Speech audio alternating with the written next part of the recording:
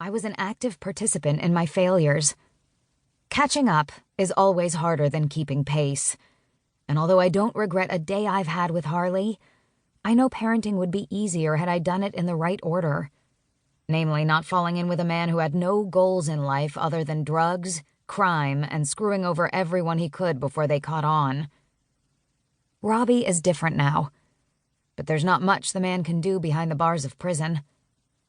My relationship with Harley's father was off and on for years, and at any point, I could walk away.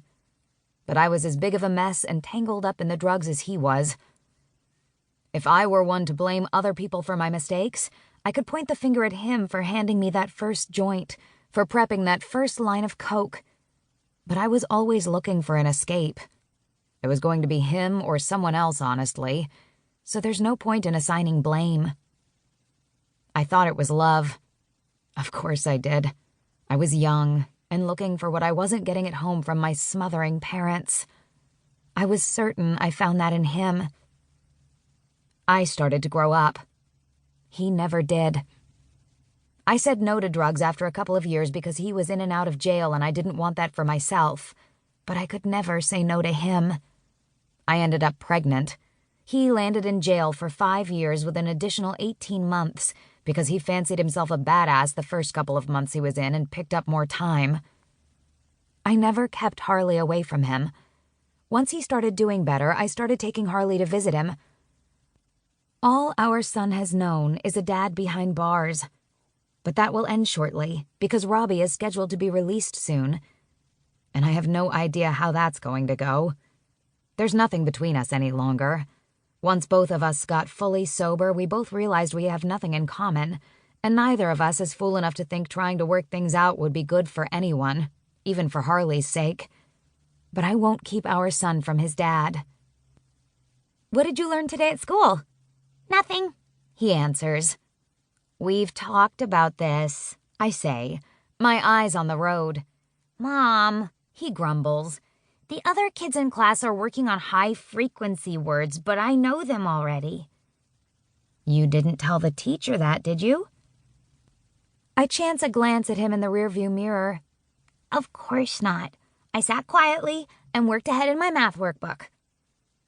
This is something she could penalize him for later. It's as if the teachers look for a way to cause problems for him out of spite.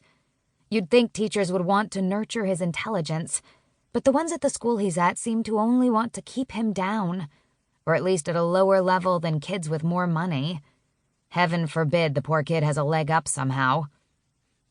I pull into the gas station I know to have the cheapest gas. "Can I trust you to stay in the car?" The cheapest gas also means the place isn't in the best neighborhood, and it's a gamble in whether it's safer to leave him in the car or walk him into the store. It also helps to stave off the guilt I'll feel from watching his eyes dart to the candy aisle knowing he wants to ask for a piece. He never would. Somehow, Harley knows we don't have the money. Maybe he's able to pick up on my stress from not having money even though I don't discuss such things with him. Maybe he hears other kids talking about our lack of it at school. But the child doesn't ask for things.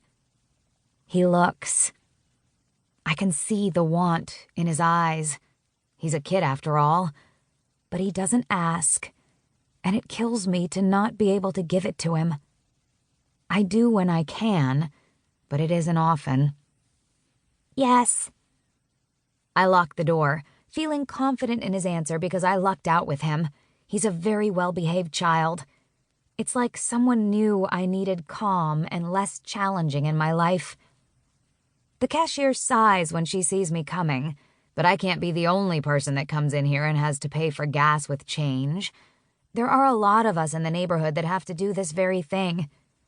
Times are hard, and it's not just the economy right now. Life is freaking hard. The damn stock market could skyrocket and we wouldn't know.